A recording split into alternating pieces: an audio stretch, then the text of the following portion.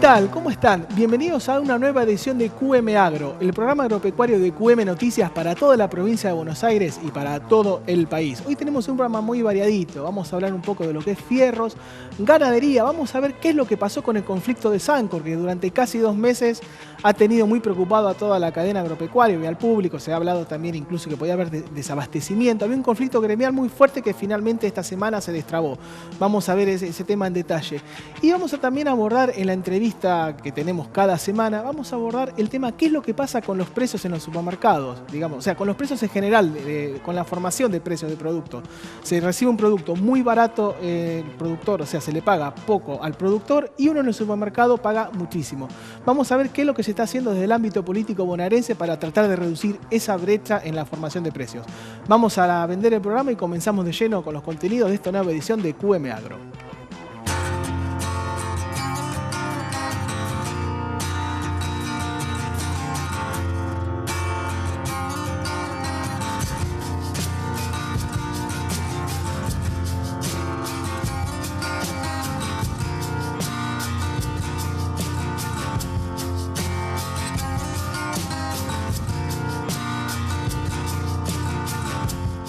Este año la multinacional Case, que se dedica, entre otros rubros, a la fabricación de tractores y cosechadoras, cumple 175 años. Estuvimos conversando con Eduardo Amendola, él es el gerente de marketing de la firma para América Latina y para Argentina, y nos estuvo explicando un poco, nos contó lo que es la historia de esta multinacional y también nos estuvo explicando cómo están con su línea de tractores y nos comentó sobre un producto novedoso, que es un prototipo de la firma que ya se presentó el año pasado en Estados Unidos y va a estar disponible en Argentina. Se va a empezar a presentar el año que viene, que es un tractor no tripulado. Suena raro, pero vean la nota. Este año se cumple el 175 aniversario de la firma. Contanos un poco cuál es el significado para ustedes.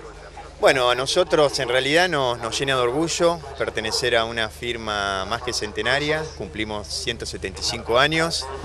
Allá por 1842, Jerome Case inventó una trilladora estacionaria. Era una máquina que hoy actualmente está en el museo en Wisconsin, que era una máquina que separaba el grano de la paja. Y bueno, a partir de ahí comenzó una evolución constante, tanto en trilladoras, después se hicieron trilladoras que eran remolcadas por tracción a sangre, por caballos. Después la firma inventó el sistema axial de trilla. Hoy el 90% de las máquinas que se venden en el país y prácticamente en el mundo son con sistema de separación, con sistema de trilla axial, que fue un invento de Case. También cumplimos 30 años en ese invento. Y bueno, llegamos a los días de hoy con toda una serie remodelada de cosechadoras, con un lanzamiento que hicimos el año pasado de la serie 130. Modernizamos las máquinas, las hicimos mucho más eficientes. Hoy las máquinas tienen rotores más eficientes, menores, permiten la mayor entrada de material, permite cosechar material verde. Tenemos mayor área de zarandas, lo que te permite una separación más eficiente, sistemas de retrilla inteligentes, y bueno, hoy el ADN de nuestra marca es cosecha axial, el Axial Flow, y bueno, lo celebramos en los 175 años, ¿no? Bueno, tienen un pasado muy rico, Eduardo, y un futuro prometedor también. Contanos, hablando de ese futuro prometedor, bueno, un futuro que ya llegó en realidad, de este tractor autónomo. Bueno, al igual que las cosechadoras, también Case tiene una larga historia en lo que es tractores. Hoy la marca posee tractores en toda la gama de potencias. Tenemos tractores desde 55 caballos, que son los Farmal. Tenemos los tractores Puma de media y alta potencia y llegamos hasta los tractores Magnum de 340 caballos con transmisiones inteligentes, que el motor conversa con la transmisión y automáticamente la marcha se pone de forma automática, haciendo un mejor ahorro de combustible y sacando la máxima eficiencia del motor.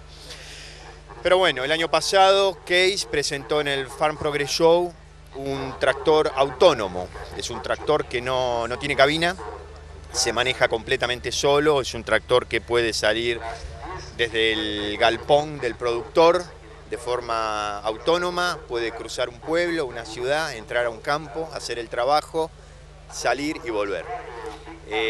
Obviamente esto todavía no se comercializa en ninguna parte del mundo porque no existe todavía legislación para máquinas autónomas.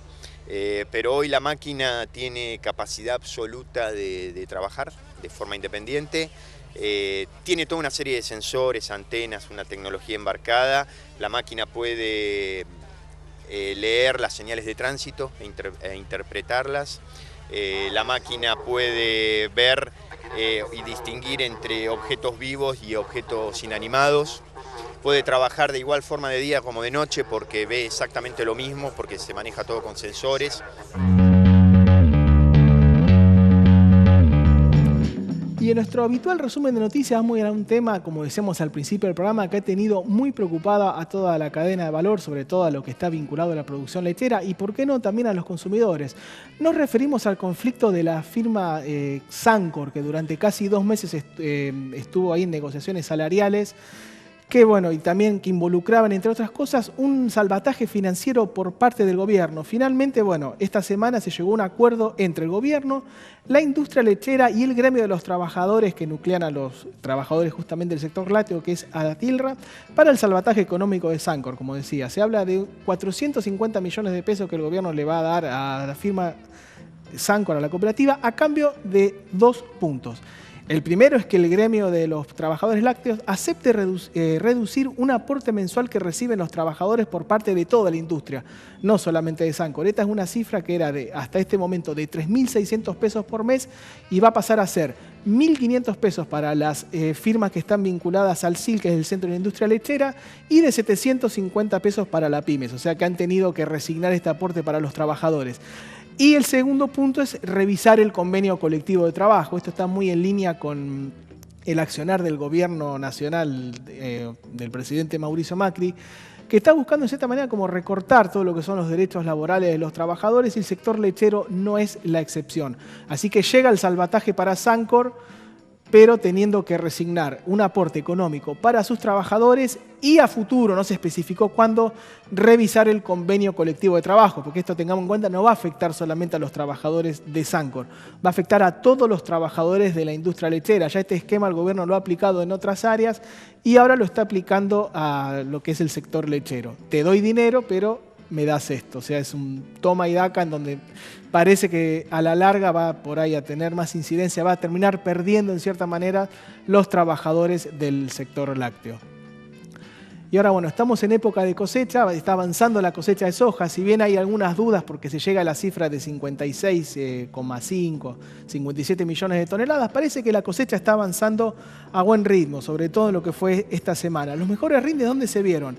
En el centro norte de Córdoba, en la zona núcleo sur y norte, donde se produce casi el 40% del área sembrada, y también se ven avances en lo que es NOA, NEA y sur de Córdoba. En total, de la soja de primera se ha cosechado un 55% y de la soja de segunda un 31%. Se está hablando de un rinde de unos 34,4 quintales y una producción de 30,6 millones de toneladas. Se está hablando que pese a los problemas que ha habido con el clima, parece que, según por lo menos el Ministerio de Agroindustria de la Nación, se va a alcanzar el objetivo, digamos, las estimaciones que hay de 57 millones de toneladas, pero bueno, habrá que ver si el clima juega en contra para demorar la cosecha o no hay más problemas climáticos o incidencias graves y se puede llegar a esta cifra.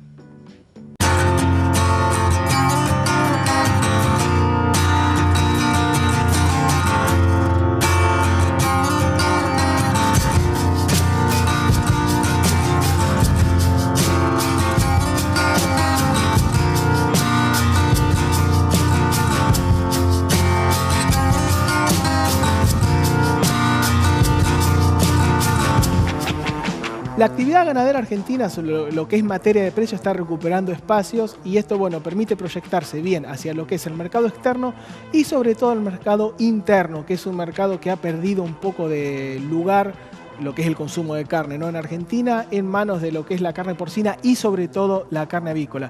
Estuvimos conversando con Adrián Bifaretti, él es el director de promoción interna del Instituto de Promoción de la Carne Vacuna del IPCBA y nos estuvo explicando cuáles son los pasos que tendrá que seguir la ganadería argentina para ganar espacios en el mercado interno. La intención de la presentación en la jornada de La Pampa del IPCBA fue un poco comentar la situación actual de coyuntura del mercado interno de carne, ¿sí? Lo que estuvimos presentando un poco la evolución de precios, ¿sí? Que el Instituto tiene un estudio de mercado que hace en Capital Federal y Gran Buenos Aires, donde hace un relevamiento de precios minoristas. Lo que se vio que, bueno, de alguna manera el precio de la carne en el último mes, desde el mes de marzo con respecto al mes de febrero, ha tenido una suba de alrededor del 7%, ¿sí? Bueno, si vos la comparás con otros productos, ha ido, digamos, por ejemplo, contra el pollo, que ha aumentado un 14%, ¿no es cierto? Lo que de alguna manera refleja también es el salto o el mejoramiento de precios que ha habido en la hacienda, ¿sí? Durante el primer trimestre de este año ha habido una recuperación del valor de la hacienda respecto al valor que perdió el año pasado. El año pasado la hacienda perdió bastante, digamos, el hecho de estar bastante estable, sobre todo en los últimos meses, ha perdido bastante del valor real comparado con lo que ha sido, digamos, en los niveles inflacionarios. Y este primer trimestre del año tuvo una recuperación de precios y eso se manifestó también a nivel de mostrador, ¿no es cierto? Siempre se da en el mes de marzo y abril estacionalmente una suba de precios en todos los años por una cuestión de estacionalidad y oferta de hacienda, sobre todo en liviana, ¿no? El consumo de carne vacuna sigue siendo uno de los más altos a nivel mundial, ¿no es cierto? Por habitante, en estos momentos estamos hablando de 57 kilos por habitante por año. Si vos lo comparás con el primer bimestre del año pasado, vos tuviste una merma de unos 2 kilos, pero como te reitero, sigue siendo uno de los consumos más altos a nivel mundial. Y además esa merma de la que te estoy hablando hay que contextualizarla también en una merma general de consumo en nuestro país, ¿no es cierto? Hay un dato de CAME, que es una de las cámaras empresarias minoristas, que te dice que, bueno, que el consumo el primer trimestre del año cayó un 3,7%, o sea, hubo una merma de consumo, pero hay que contextualizarla en el entorno que tiene actualmente la sociedad. Todo indicaría que estamos ante una desaceleración grande del proceso inflacionario, si vos lo comparás con lo que pasaba en marzo del año 2016. ¿Sí? En marzo del 2016 vos tenías una variación interanual del precio de la carne vacuna de un 66%, ¿sí? Respecto a lo que era el 2015. Y hoy estás hablando en un nivel de inflación del precio de la carne bastante más bajo. Yo creo que van a ser clave en los próximos meses a nivel de sociedad, y si verdaderamente se consolida un proceso de desaceleración, habrá que ver ahora qué pasa con este manejo de las tasas por parte del Banco Central, pero si hay una desaceleración y hay una recuperación del poder adquisitivo de la gente, yo creo que el mercado va a tener una buena señal en términos de demanda, ¿no? Va a recuperar parte del poder adquisitivo. El estudio de mercados del IPCBA tiene una frecuencia mensual, hay un relevamiento de precios que se hace todos los meses, desde el día 10 al día 17, y el informe que se hace es mensual, ¿no es cierto? Generalmente los datos suelen estar los primeros días del mes siguiente, ¿no es cierto? Un dato interesante a mencionar y a difundir es que no solo a partir del mes que viene no solo vamos a contar con datos de lo que es Capital Federal y Gran Buenos Aires, sino que también vamos a tener datos de Rosario, la ciudad de Rosario y la ciudad de Córdoba. Como comentamos hoy al inicio del programa, esta semana se presentó en la Cámara de Diputados de la provincia de Buenos Aires el Observatorio de Precios de Alimentos, un proyecto impulsado por la diputada del Frente Renovador, María del Huerto Rato, que ya cuenta con media sanción en la Cámara Baja bonaerense y se espera su aprobación en el Senado. Para conocer un poco los detalles y el alcance de este proyecto, estamos en comunicación telefónica justamente con la impulsora de este proyecto, la diputada Rato. ¿Qué tal, María? Buenas tardes, ¿cómo estás? Te saluda Andrés Lobato. Hola Andrés, ¿qué tal? ¿Cómo estás? Bien, Bien, gracias. María. Bueno, acá justamente hoy al inicio del programa estamos comentando este tema del Observatorio de Precios, este proyecto tuyo. Contanos un poco cuál es digamos, el alma de esto, cuál es el propósito de este proyecto. Sí, el alma de este proyecto es controlar la formación de precio del alimento de la cadena, el precio del alimento, no desde el Claro. productor hasta el consumidor, porque lamentablemente los más perjudicados en esta cuestión son los productores que le pagan 2 mangos y los consumidores que pagan fortunas en las góndolas. Entonces decidimos formar este proyecto que es el Observatorio de Formación de Precios, que ya tiene media sanción en la Cámara de Diputados y que pasó a Senado. Pero no conforme con esto, hemos hecho investigación con un grupo que se llama Biomasa, de jóvenes profesionales, Sí. en donde fuimos a distintos lugares, directamente al distribuidor, a la verdulería, al distribuidor, al consignatario, al molino, a la empresa láctea, a los frigoríficos, a diferentes puntos, personalmente, sin buscar en ningún lugar de la internet, ¿no es cierto? Sino buscando precios reales por nuestra propia cuenta. Entonces llegamos así, que el productor granjero, que le pagan 7 pesos la media docena de huevo, en góndola se encuentra 21 pesos la media docena. Sí. 3 veces más. Encontramos que la papa, por ejemplo, de cada 10 papas, 3 papas y medias son para pagar el IVA. Encontramos que el productor que vende la cosecha de trigo al acopiador, al productor le pagan 2,99 el kilo de trigo que saca 700 gramos de harina. Claro, yo el otro día, María, cuando presentaste el proyecto me llamó mucho la atención todas estas brechas y sobre todo la del pollo. Comentanos bien esa brecha que hay en el precio del pollo que realmente es llamativa. El pollo está a 5 pesos el pollo entero. Sí. Y llega a góndola a 42 pesos el kilo de pollo. O sea, partimos de un pollo de 5 pesos a un pollo de 42 pesos por kilo. O sea, como para que se entienda, el productor está recibiendo avícola por kilo de pollo menos que el valor de un caramelo.